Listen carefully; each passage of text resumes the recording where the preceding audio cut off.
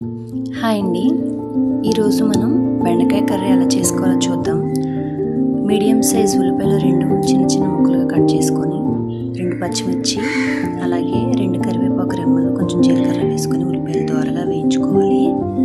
తర్వాత అందులోనే మనం చిటికెడు పసుపు వేసుకొని, పసుపు పచ్చివాసన పోయేంత వరకు వేపుకోవాలండి. తర్వాత అందులో మనం కట్ చేసి పెట్టుకున్నటువంటి బెండకాయ ముక్కలు వేసుకొని ఒక 1 మినిట్ వాటిని అలా కలిపి నూనెలో ఉల్లిపాయలతో పాటు కాసేపు మగ్గనిస్తే కర్రీ అనేది చాలా టేస్ట్గా ఉంటుంది.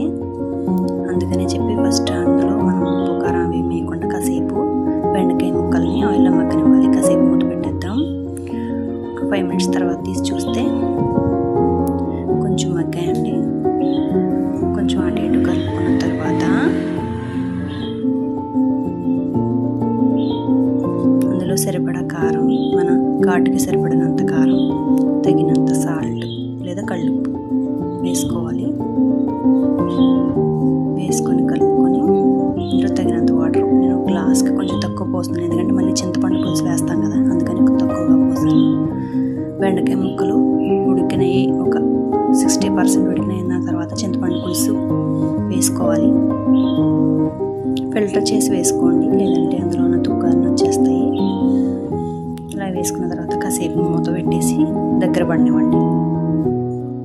తర్వాత ఒకసారి 5 మినిట్స్ తర్వాత తీసి చూస్తే కొంచెం దగ్గర పడింది.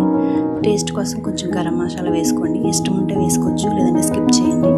నేను కొంచెం టేస్ట్ కోసం గరం మసాలా వేసాను.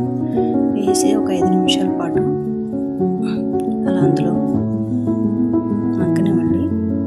ప్లేట్ మూత వేసి కాసేపు ఒక 5 మినిట్స్ అలా వదిలేయండి, సిమ్లో పెట్టి. మసాలాగా అంతా కూడా కరిగి పడుతుంది.